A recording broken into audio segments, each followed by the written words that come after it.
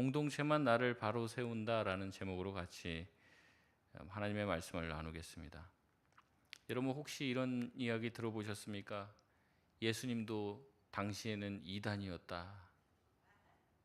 이런 이야기 누가 하냐면 신천지나 하나님의 교회 같은 이단들이 자기들 이단이라고 하면 이런 얘기하는 거예요. 예수님도 당시에는 이단이었다.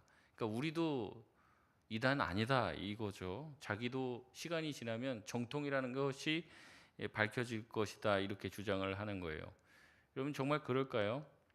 이들은 안상홍 또 이만희가 하나님의 계시를 따라 이 땅에 온 구세주라고 믿고 있습니다. 그리고 하나님 자신이 하나님이라고 하고 또 하나님이 자신에게 말을 했다고 주장을 합니다. 또한 예수님도 당시에는 자신이 하나님의 아들이라고 했지만 아무도 믿지 않았다가 나중에는 믿지 않았냐? 자신들도 마찬가지다. 지금은 인정 못 받아도 나중에 인정받을 거다 이렇게 말한다는 거죠. 탁지원 국제종교문제연구소장에 따르면 국내에 공식적으로 자신을 하나님이라고 주장하는 사람만 20명이고 재림 예수라고 주장하는 사람은 현재 50명이 넘는다고 말합니다. 이 밖에 자신이 하나님의 부인이라든지 성령이라고 얘기하는 사람, 또 성경 속의 인물인 엘리야나 다윗을 자처하는 사람이 우리나라에 있다고 이야기합니다. 이런 이단에 관한 내용들은 굉장히 역사가 오래되었죠. 우리나라 같은 경우도 처음 이단이 등장했던 시기가 기록으로 되어 있는 게 1927년입니다.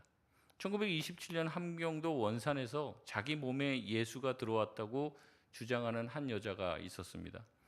이 사람은 1923년에 입신 체험을 통해서 예수님과 대화했다고 이야기를 했습니다.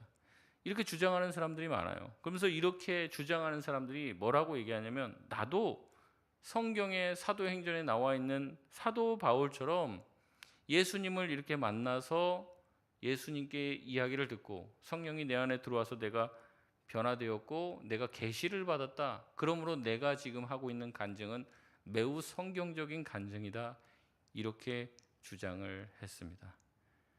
여러분 한번 냉정하게 한번 생각해 보십시오. 지금 우리나라에 하나님이라고 주장하는 사람 20명이 있고 재림 예수라고 주장하는 사람 50명이 있는데 혹시라도 이들 중에 누군가가 사도 바울이 예수님을 만났던 것처럼 정말로 만났더라면, 만난 것이 사실이라면, 그들이 주장하는 것이 사실이라면 누가 이단되는 거예요? 우리가 이단이 되는 거죠.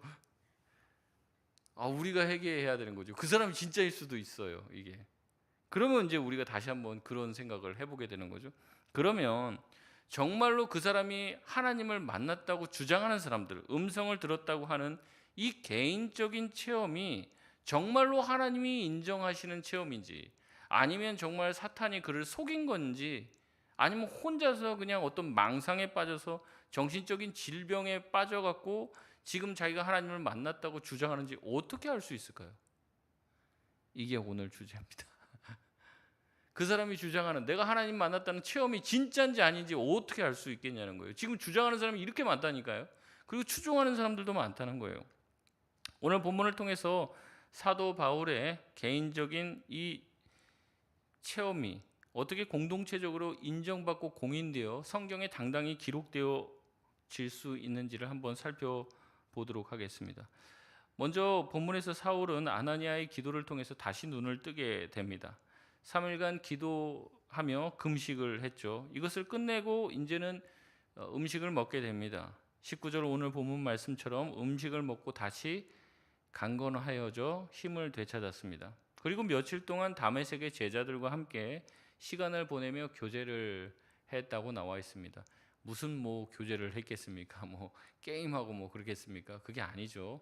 같이 자신들이 받은 은혜를 나누고 정말 하나님께서 나에게 해주셨던 말씀들에 대해서 나누고 본인들이 깨달은 말씀에 대해서 나누고 또 하나님께서 주신 은혜로 복음 전했던 여러 가지 아마 이야기들을 나누면서 아주 풍성한 이제 주님을 막 만난 사람의 어떤 뜨거운 그런 간증들을 하며 교제를 했을 것이에요.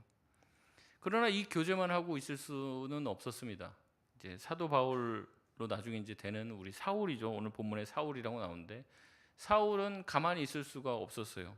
교제만 하고 믿는 사람들끼리만 가만히 있을 수 없었습니다. 자기 마음 가운데 자신을 만나 주신 그리스도를 전하지 않고는 견딜 수 없는 마음, 그 불붙은 마음이 그에게 있었다는 거죠. 그래서 어떻게 합니까? 20절에 즉시로 각 회당에, 이 다메섹에 있는 각 회당에 가서 예수가 하나님의 아들이심을 전했다라고 이야기합니다. 이게 바로 예수 믿은 사람의 첫 번째 증거라는 거죠. 지체하지 않습니다. 전도 훈련 그런 거 받지 않습니다. 전도 폭발하고 무슨 훈련하고 무슨 훈련해야지 전도자가 되는 게 아니에요. 예수님을 정말 만나면 그것을 전하지 않고는 견딜 수 없는 마음이 자기 안에 붙은 것이죠. 예수님의 제자 안드레는 예수님을 만납니다. 그리고 나서 너무 좋아서 자기의 형제인 베드로에게 달려가 내가 예수님을 만났다. 뭐 그 그리스도를 만났다. 도대체 어떻게 생겼길래 그러냐? 와 보라. 이게 이제 안드레가 한 유명한 말이죠. 요한복음 4장에 나오는 사마리아 여인도 마찬가지입니다. 요한복음 4장 28절에서 30절 말씀에 보면 여자가 물동이를 버려두고 동네로 들어가서 사람들에게 이르되 내가 행한 모든 일을 내게 말한 사람을 와서 보라. 이는 그리스도가 아니냐 하니 그들이 동네에서 나와 예수께로 오더라. 아멘. 여러분 전도가 부담이고 짐이죠? 아무 말씀도 안 하시네요. 그런 줄 알겠습니다. 여러분 우리가 유튜브에서 누가 재밌는 것만 보여줘도 빨빨 막 카톡으로 전달해주고 보여주고 싶어서 난리예요. 여러분 예수님 만난 게 너무 좋은데 그냥 알리는 거예요. 그게 그냥 알리는 겁니다. 내가 예수님 만나고 신앙생활 하니까 좋으니까 그냥 얘기하는 거죠. 막 전도를 어떻게 하지? 나는 아는 게 없는데 그게 아니라 맛있는 음식 먹으니까 좋잖아요. 그러니까 어떻게 해요? 야 너도 먹어봐 이거예요. 전도가 막 다른 게 아니라 내가 예수님 믿고 교회 다니고 신앙생활하고 말씀 듣고 찬양을 좋잖아요. 그러니까 너도 교회 와봐. 예수님 믿어 이거라는 거죠. 무슨 훈련을 받고 무슨 특별한 달란트를 받고 그래서 되는 게 아니라는 겁니다. 사울 또한 마찬가지입니다. 자신이 만난 예수님, 그 예수님으로 인한 기쁨이 가득 찾아 즉시로 나아가 회당으로 가서 예수가 하나님의 아들이심을 전했다고 얘기합니다. 사마리아 여인은 어떻습니까? 물들어 나왔어요. 물들어. 자기가 지금 해야 될 일은 뭐예요? 물 떠갖고 들어가는 거죠. 지금 예수님 만났다는 거죠. 근데 어떻게 합니까? 물동이를 내버려 두고 동네로 들어갑니다. 너무 좋으니까. 예수님을 전하는 거죠.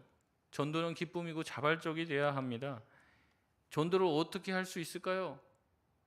전도를 배워서 하는 게 아닙니다. 예수 그리스도로 충만해지면 전도가 되는 줄 믿습니다. 그러니까 우리가 전도가 왜 어렵고 짐이냐? 우리가 그리스도로 충만하지가 않은 거. 예수님으로 기쁘지가 않은 거죠. 예수님 믿는 것도 짐이라고 생각하시는 분이 계시는지 모르겠습니다. 난 교회 나오는 것도 부담돼. 그러니까 부담이면 사실은 전도를 누가 하겠습니까? 그러니까 사실 교회 나오는 걸 부담으로 만들어 놓은 이런 것도 좀 문제예요. 그러니까 교회에 나오고 예수님께 예배드리고 이게 편해야 되는데 뭘 교회 오면 자꾸 뭘 시키는 게 많아요. 그러니까 이게 부담이 되는 거죠. 근데 교회에서 하는 것도 사실은 뭐예요? 다 기쁨으로 해야 되는 거잖아요. 근데 이제 이런 얘기까지 또 들으니까 어거지로 하는 것도 힘들어 죽겠는데 기쁨으로까지 또 해야 되니까 또 머리가 더 아프죠. 근데 원래 원초적인 것은 그렇다는 거죠. 이렇게 펼쳐놓고 할 사람 없으면 안 하면 되는 거예요. 할 사람 없으면 무조건 다 이런 얘기 들어서 그렇지만 식사도 준비하기 싫으시면은 사실 그런 다 부담이잖아요. 그러니까 부담 갖는 거는 다 교회에서 사실은 안 하는 게 맞습니다. 기쁨으로 넘치고 하다 보면은 더 많은 것들을 할 수 있는데 그게 아니라 다 자꾸 돌아가면서 하고 이게 그런 거예요. 그래서 사실은 이제 저도 마찬가지지만 이제 설교를 하잖아요. 근데 돌아가면서 설교한단 말이에요. 돌아가면서 순서를 정해놓고 그러니까 설교하기 싫은 날도 있을 거 아니에요. 근데 그 날도 해야 되는 거죠. 그러니까 이제 기쁨으로 이게 안 나가는 날이 오게 되는 거죠. 근데 이제 설교를 다 못하게 해버리고 설교하고 싶은 사람만 해봐라 이렇게 하면은 이제 그게 너무 고귀한 것 또 소중한 게 되는 거죠. 그러니까 이제 의무감이 되면 뭐든지 짐이 되는 거예요. 전도 또한 마찬가지입니다. 순서 정해놓고 이번 주에는 1전도회, 다음 주는 2전도회 이렇게 하고 막 남자 전도회, 여자 전도회 계속 돌리면은 뭐예요? 기쁨으로 나가는 게 아니죠. 어거지로 나가죠. 물론 전도가 사명이고 의무이기도 하지만 제일 원초적인 것은 원리는 뭐라는 거예요? 기쁨이고 자발적이 돼야 한다는 겁니다. 여러분 이 신앙생활이요 딱 의무감이 딱 생기면요 그 다음부터는 전도도 찬양도 예배 나오는 것도 교회 와서 교제하는 것도 구역 예배 모든 게 다 짐이 되는 거예요. 모든 게 다 어려워지는 거죠. 식상해지는 거죠. 그래서 나와도 생명이 없는 껍데기만 나와 있는 신앙생활을 반복하는 거예요. 그러다 보면 어떻게 됩니까? 이제 교회 나오는 게 너무 힘들다. 이제 신앙을 저버리게 되거나 교회로 옮기게 되는 일들도 생기다는 거죠. 전도 축제를 해요. 전도 축제 한다면 한숨 쉬시는 분들이 있습니다. 그 주보 나눠주는데 다음 주에 이제 오늘 작정합니다. 그러니까 또 전도 축제냐고. 목사님이 왜 이렇게 막 교회 사람들 막 끌어모으려고 하냐 이렇게 하는데 여러분 그게 아니라고 몇 번을 말씀드렸죠. 여러분 우리가 그런 소리가 나오는 것 자체, 그런 마음이 드는 것 자체가 뭐예요? 내 영적 상태예요. 내가 주님을 전하는 것 자체가 뭐예요? 기쁘지가 않다는 거죠. 내 지금 영적 상태가 예수 그리스도를 전할 마음의 상태가 아니라는 것을 스스로 증명하고 있는 거예요. 사실 저도 전도 축제 안 하고 싶습니다. 근데 안 할 수가 없죠. 이거라도 안 하면 전도에 대해서 1년 내내 한 번도 생각을 하지 않는 거예요. 근데 주님이 우리에게 원하시는 거, 우리에게 가장 기뻐하시는 게 뭐라는 거예요? 복음 전하는 거잖아요. 한 생명이 변화되고 구원받는 것, 그게 천국에서 가장 큰 기쁨이라고 하는데 그 천국에서 가장 큰 기쁨이고 주님이 원하시는 것 생각을 안 하는 거죠. 어찌 보면 전도 축제 안 하는 게 더 좋을 수도 있습니다.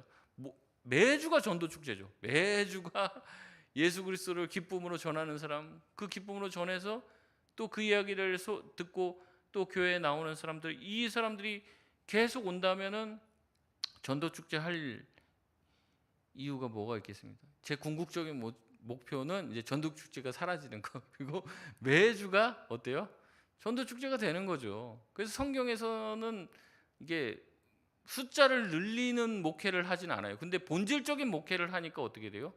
구원받는 사람의 수가 날마다 더해지는 거예요. 그 숫자 증가를 위해서 목회하는 게 아니라 제대로 목회를 하고 제대로 교회가 이제 기능을 하게 되면은 자연스럽게 구원받는 사람의 숫자가 늘어나게 된다는 겁니다. 우리가 이렇게 복음 전하는 전도 축제를 통해서 다시 한번 믿지 않는 사람, 내 주변에 있는 사람 한번 훑어보는 거죠. 그리고 그 사람들을 위해서 한 달 동안이라도 집중해서 기도하는 것. 그러면서 다시 한번 나도 돌아보는 거예요. 내가 복음에 감격을 잃었구나. 내가 하나님이 하늘에서 가장 큰 기쁨이 뭔지를 알려주셨는데 내가 그거 잊고 살았구나. 다시 한번 회개하고 주님 앞에 돌아오는 계기가 되는 것이죠. 사울은 오늘 예수님을 만나고 즉시 복음을 전하러 나아갑니다. 처음에 사람들과 교제했지만 견딜 수 없는 거예요. 이걸 전하지 않고는 배길 수가 없는 거죠. 그래서 복음을 전하러 나가니까 21절에 보니까 사람들이 어떤 반응을 해요? 다 놀랐다고 얘기를 해요. 왜 그렇습니까? 이 사람이 얼마 전까지만 해도 예루살렘에서 공문받아 와서 예수 믿는 사람들 다 잡아서 대제사장에게 끌고 가려고 했던 사람인데 이게 도대체 웬일이냐? 예수님 전하는 사람들을 핍박하려고 왔는데 갑자기 어떻게 이렇게 변해 버렸냐는 거죠. 여러분 예수님을 믿으면 이렇게 이야기를 듣게 됩니다. 놀라는 일들이 생기는 거죠. 너 원래 안 그랬는데 왜 이렇게 변했냐? 변한다는 거죠, 사람이. 여러분 교회에서 예수 믿고 변하는 것은 이상한 일이 아닙니다. 그럼에도 이상한 일이 되어버렸죠. 변하는 사람 찾는 게 더 어려운 시대가 된 것입니다. 22절에 사울이 이에 더 힘을 얻었다고 그래요. 사람들이 이상하게 여기고 놀라하고 너 왜 그러냐 하는데 어때요? 그럼 좀 힘이 빠져야 되는데 오히려 더 힘을 얻었다고 얘기합니다. 예수는 그리스도라 증언하여 유대인들을 당황하게 만들었다고 얘기합니다. 예수 그리스도를 복음을 전하고 변화된 사람은 주변을 당황하게 만드는 거예요. 주변을 놀라게 만든다는 거죠. 23절에 여러 날이 지나자 유대인들은 더 이상 견딜 수 없어 이제는 사울을 죽이기로 공모합니다. 예수님을 전하는 자들을 핍박하던 사람이 이제는 어때요? 이 예수님 때문에 오히려 자기가 핍박을 받는 사람이 된 것입니다. 이것은 예수님께서 아나니아에게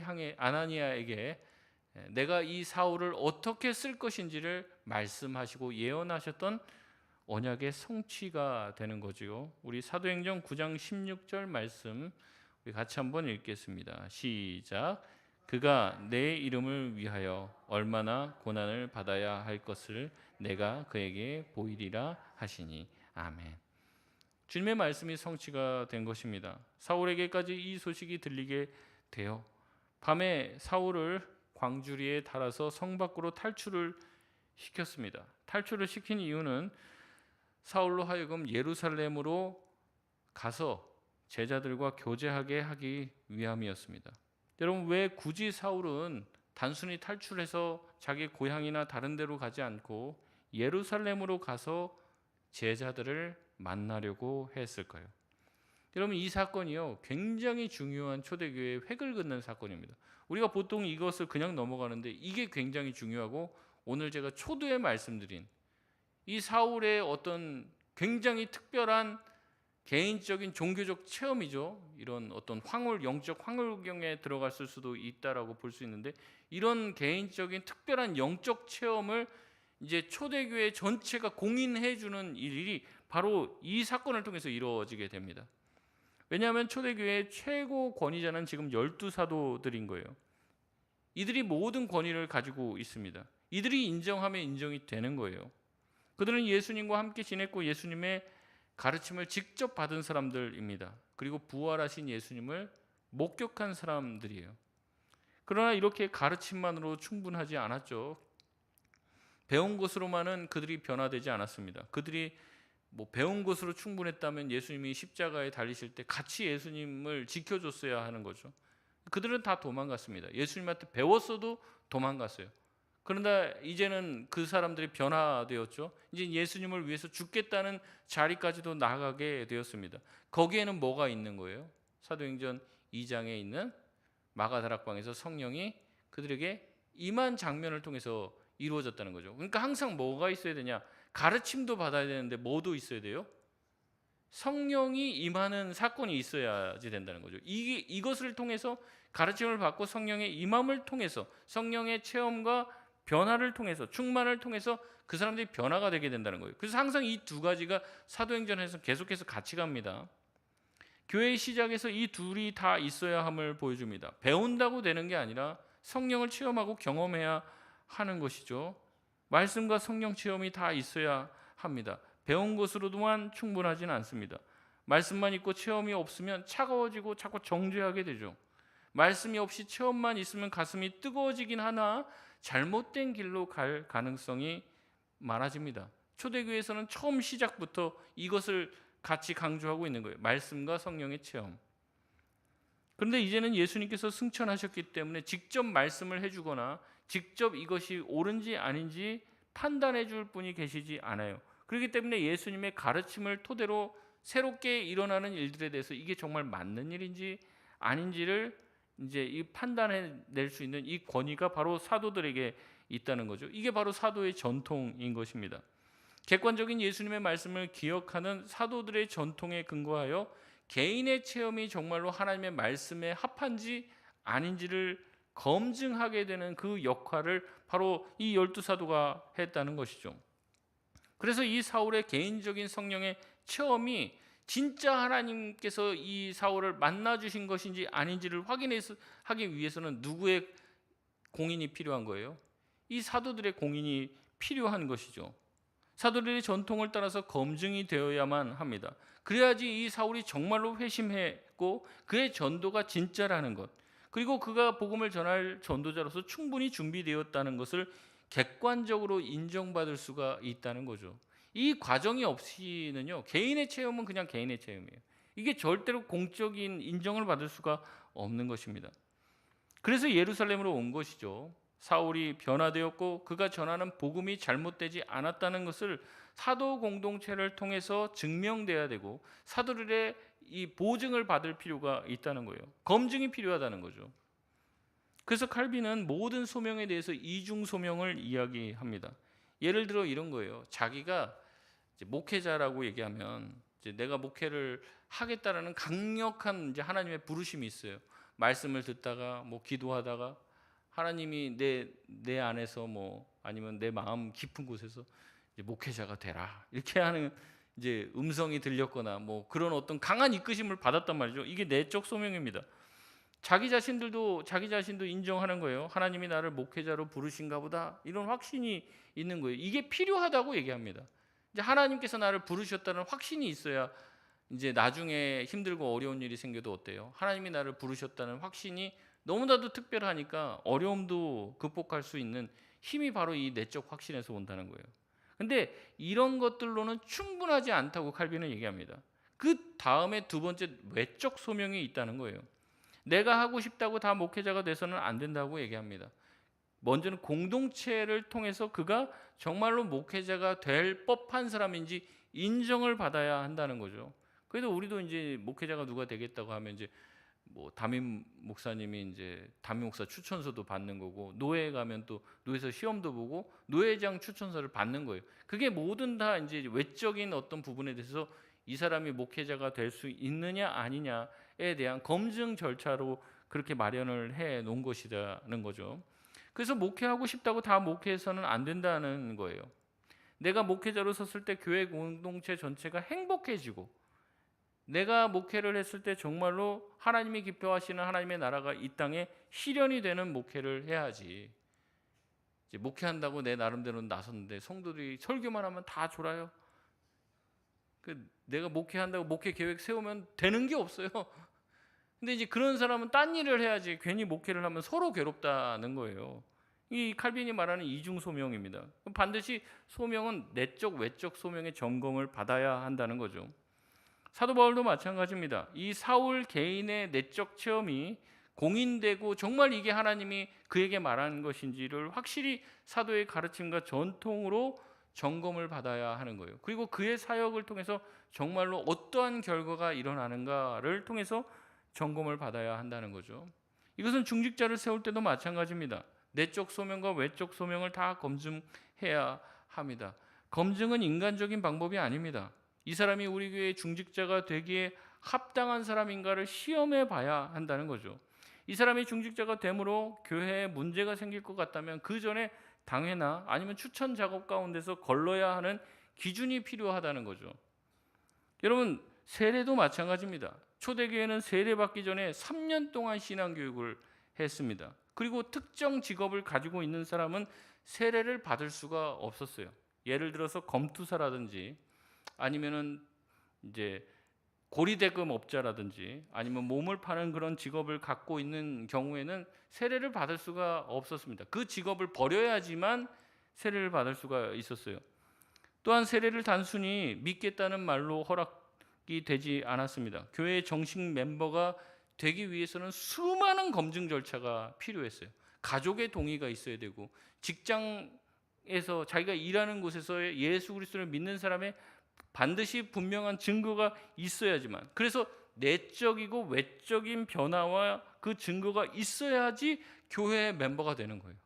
그러니까 이게 보통 어려운 게 아니에요. 아무나 지금은 뭐 교회만 오십시오, 몇 주 동안 이제 교육만 받고 그거 끝나는 게 아니라 그냥 한 3년 동안은 아주 집중적으로 교육을 시켜갖고 예수님을 믿는지 안 믿는지, 그리고 이방 문화와 그 이방 신을 섬기던 그때가 벗겨졌는지 안 벗겨졌는지를 객관적으로 증명하는 그 과정을 겪어서 세례를 주는 거예요. 그래서 그의 삶과 그의 고백이 일치한지를 확인을 했다는 거예요. 근데 지금은 검증이 없어요. 검증하면은 기분 나빠하는 거죠. 최근에 가수 박진영 씨가 본인이 성경 좀 깨달았다고 강의하고 다니는데, 교회를 뭐 자기 나름대로 교회도 뭐 이렇게 하더라고요. 이 교회 저 교회 가서 강의도 하더라고요. 뭐 어떤 한 연예인이 예수 믿고 영향력 있는 사람이 또 성경에 대해서 뜨거운 마음을 가지게 돼서 전하는 거, 그것은 굉장히 좋은 것이죠. 근데 제가 말하는 게 뭐냐? 검증이에요, 검증. 그 사람이 정말 깨달은 것이 정말 제대로 된 깨달음인지 아닌지 누가 검증을 해줬냐는 거죠. 근데 막 듣기 좋다고 막 그 사람 얘기 들으니까 이해가 잘 된다고 그거 많이 듣고 있더라고요. 그 사람이 정말 변화된지 안 변화된지 누가 검증을 해줄 수 있습니까? 누가 그에게 공인된 그렇게 말씀을 가르칠 수 있는 권위를 줬습니까? 여러분, 검증이 없는 것은 그래서 위험한 거예요. 여러분, 사도 바울도 이 검증의 절차를 거쳤어요. 자기가 누군데 사도 바울보다 더 위대합니까? 그런데도 어떤 사람들이 말하는 것처럼 검증의 절차가 필요 없다고 생각하는 거예요. 굳이 왜 신학교를 가야 되냐? 말씀 가르치는데 꼭 그런 자격증이 필요하냐? 자격증이 아니라 누구든지 내가 깨달은 것이 정말로 하나님의 말씀에 입각하여 바른지 확인하는 절차가 중요하다는 거죠. 그래서 오늘 본문이 되게 중요한 거예요. 그런데 26절에 사울이 이 예수님의 제자들을 만나고 검증받고 싶은데 갔더니 다 어떻게 해요? 26절에 보면 어떻게 해요? 다 두려워하고 사울이 제자됨을 믿지 아니하였다. 그리고 다 도망가는 거예요. 검증을 자기가 받고 싶고 이 사람들과 같이 만나서 자기가 예수님을 어떻게 만났는지, 왜 이렇게 갑자기 180도로 변했는지 알고 싶은데, 자기도 좀 얘기를 하고 싶은데 다 도망가니까 거짓말로 지금 자기가 회심했다고 말하는 것 같으니까 다 도망가죠. 지난번에도 말씀드렸듯이 사울이 마치 이제 회심하고 믿은 것 같은 코스프레를 해서 교회 공동체에 깊숙이 침입해서 자기들을 일망타진하려는 거 아닌가 하는 의심이 이제 생긴 거죠. 만나서 얘기를 해야지 오해가 풀릴 텐데 만나 주지를 않는 거예요. 이때 한 인물이 등장하죠. 27절 말씀입니다. 우리 같이 한번 읽겠습니다. 시작. 바나바가 데리고 사도들에게 가서 그가 길에서 어떻게 주를 보았는지와 주께서 그에게 말씀하신 일과 다메섹에서 그가 어떻게 예수의 이름으로 담대히 말하였는지를 전하니라. 아멘. 누가 등장해요? 바나바가 등장합니다. 이 바나바는 이미 사도행전에 등장한 사람입니다. 언제 등장했을까요? 4장에서 등장을 합니다. 4장 36절에서 37절을 보면 이렇습니다. 구브로에서 난 레위족 사람이 있으니 이름은 요셉이라 사도들이 일컬어 바나바라 번역하면 위로의 아들이라 하니 그가 밭이 있음에 밭을 팔아 그 값을 가지고 사도들의 발 앞에 두니라. 아멘. 은혜를 받아서 어떻게 해요? 가난한 사람들을 위해서 자기 밭을 팔아, 집을 팔아 사도들의 앞에 둔 사람입니다. 이 바나바가 그 밭을 팔고 헌금을 한 거죠. 이 바나바의 헌신에 자극받은 사람이 있었습니다. 누구예요? 아나니아와 삽비라죠. 그래서 자기의 소유를 팔아서 얼마를 감추고 드리다가 그 자리에서 즉사하게 되었죠. 이때 등장한 사람이 바로 바나바입니다. 바나바의 이름의 뜻이 뭐라고 얘기합니까? 위로의 아들이라는 거죠. 바나바는 그 이름대로 사울의 극적 개종과 체험이 의심을 받을 때 앞서서 이를 증언해주고 중재하는 사람으로 등장합니다. 그가 어떻게 변화되었고 그가 자기들과 함께 교제하다가 나가서 복음을 전하다가 다른 유대인들로 하여금 죽음의 위협을 받았는지 사도들에게 설명해주는 중재자 역할을 하는 것이에요. 그래서 이제 새 가족들이 교회에 정착하고 이제 새 가족들이 교회에 잘 정착하도록 도우는 게 새 가족 이제 부면, 그 다음에 이제 새 가족부 이제 마치고 새 가족 수료하면 교회에 정착했냐? 아니잖아요. 그 사람이 이제 교회에 정착할 때는 시간이 걸리잖아요. 그때 이제 교회에서 이제 1대1로 이렇게 매칭을 해주고 이렇게 그분이 완전히 교회에 정착할 때 동안 뭐 1년이고 2년이고 같이 친구가 되어주는 이런 것을 이제 바나바 사역이라고 합니다. 이제 바나바가 그 일을 했다는 거예요. 새 가족 이제 사울을 12제자에게 소개해주고 사도들과 교제할 수 있도록 역할을 해준 사람이 누구라는 거예요? 이 바나바라는 겁니다. 그래서 이 바나바가 제자들도 알고 있고 그리고 이 사도 바울도 잘 알고 있으니까 이 중간에서 중재 역할을 하는 거예요. 그래서 28절에 사울이 제자들과 함께 있어 예루살렘에 출입하여 29절에 함께 주 예수의 이름으로 증거하는 사역을 함께 하게 됩니다. 그리고 죽음의 위협이 닥쳐 바울을 다시 고향 다소로 보내게 되는 것이죠. 아마 이렇게 사도들과 교제하고 사도들과 대화를 나누고 함께 동역하며 복음을 전하는 이 기간들을 통해서 사도들을 통해서 아마 예수님의 말씀을 많이 들었을 거예요. 자세히 들었을 것이고 자기가 흐릿하게 알고 있는 것들에 대해서 사도들에게 설명을 또 들었을 것입니다. 이 과정을 통해 자기의 생각이 정리되고 사도들과의 교제를 통해서 풍성히 하나님의 은혜를 체험하게 되는 것이죠. 이렇게 새신자 사울은 하나님의 택한 그릇으로 제자 공동체 안에서 든든히 세워져 갑니다. 이렇듯 우리 개인의 영적 체험과 하나님과의 특별한 만남은 공동체 가운데서 인정받고 다듬어지고 교정되어져야 합니다.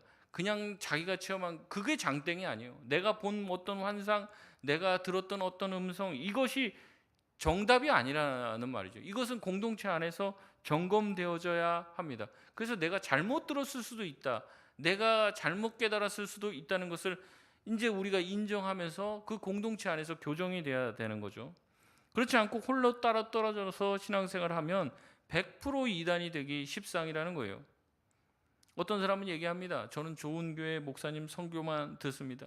여러분 계속 그렇게 해보십시오. 자기가 듣고 싶은 설교만 듣다 보면 신앙은 어떻게 돼요? 그쪽으로 이상하게 왜곡되게 되는 거예요. 왜냐하면 자기가 고르잖아요. 자기가 듣고 싶은 설교의 내용과 제목만 계속 듣다 보니까 어떻게 되는 거예요? 듣기 싫은 말씀들도 많이 있잖아요. 그러니까 편식하게 되는 거예요. 편식하게. 그러니까 신앙이 이상하게 되고 자기 생각에 갇힌, 자기가 생각하는 어떤 하나님을 만들어버린 거예요. 성경의 하나님을 믿지 않고 자기가 만든 하나님, 자기가 만든 우상을 섬기게 되는 것이죠. 공동체 속으로 들어가야 합니다. 그 안에서 우리가 들었던 깨달았던 말씀들을 꺼내놓고 점검을 받는 거죠. 내가 정말 깨달은 게 맞는가? 같이 나누다 보면 이상한 얘기 하시는 분들도 있다는 거죠. 근데 그거 아니다, 그건 아니다, 그건 위험할 수 있다, 이렇게 얘기하면서 신앙이 교회 안에서 건강하게, 공동체 안에서 건강하게 세워져 가는 것입니다. 그래서 어거스틴은 이렇게 말한 거예요. 교회밖에는 구원이 없다. 교회밖에는, 그러니까 어떤 교회 등록해서 다니라 이 말씀 드리는 게 아니라 교회 공동체를 떠나서 혼자 자기가 신앙생활 잘할 수 있다고 착각하는 사람들이 너무 많은데 100% 이단될 가능성이 높다는 거예요. 공동체 안으로 들어가고 공동체 안에서 교정되어지는 겁니다. 사도 바울도 마찬가지잖아요. 자기 혼자 잘났다고 하는 게 아니에요. 처음에 주님을 만나고 경험하고 그 다음에 어떻게 해요? 같이 다메섹에 있는 제자들과 교제하고 그 가운데서도 검증을 받고 그들과 같이 동역하는 과정을 겪고 그 다음에 어떻게 합니까? 나중에 예루살렘에 있는 사도들을 만나서 그들과 같이 교제하고 그들을 통해서 또 검증받고 세워지는 과정을 거친단 말이에요. 사도 바울이, 그렇게 위대한 사도 바울이 그 과정을 거쳤는데 내가 누군데 내가 깨달은 게 최고고 내가 만나고 내가 들은 것이 최고라고 생각하는 것이야말로 얼마나 교만한 거예요. 얼마나. 말씀을 마치겠습니다. 사울은 엄청난 영적 체험을 했습니다. 하지만 사도들의 점검을 받아야 했습니다. 그리고 이 시간들을 통해서 예수님의 가르침이 그에게 더 깊어지게 된 것이요. 그리고 이제는 공인된 사역자가 됩니다. 공인된. 제자들한테 인정받았으니까 이제 누구한테 의심을 받을 수 있겠습니까? 이것은 권위 있는 인간들의 검증이 필요하다는 이야기가 아닙니다. 우리가 공동체 안에서 세워질 수 있다는 것을 보여주는 거예요. 혹시라도 내가 잘못된 길로 갈 수 있기에 나를 붙잡아 줄 수 있는 공동체가 필요하다는 것입니다. 누구도 혼자 서 있을 수는 없습니다. 우리 공동체가 내가 보기에는 별 볼 일 없을지 몰라도 하나님이 이 공동체를 교회라고 불러주시고 내가 내 교회를 세우리니 라고 말씀해 주셨다면 우리가 겸손히 우리의 마음을 낮추고 우리의 영혼이 교회 안에서만 바로 세워질 수 있음을 믿고 공동체 안에서 주님이 가르쳐 주신 모든 말씀들을 겸손히 받아들일 수 있는, 그리고 저와 여러분 자신의 신앙이 곁길로 빠지지 않을 수 있는 것이 이 공동체가 우리의 보호장치가 되어질 수 있다는 것을 기억하며 서로의 버팀목이 되어주시고 서로를 좋은 길로, 바른 길로 이끌어갈 수 있는 우리 모든 성도님들 되시길 바랍니다. 우리 찬송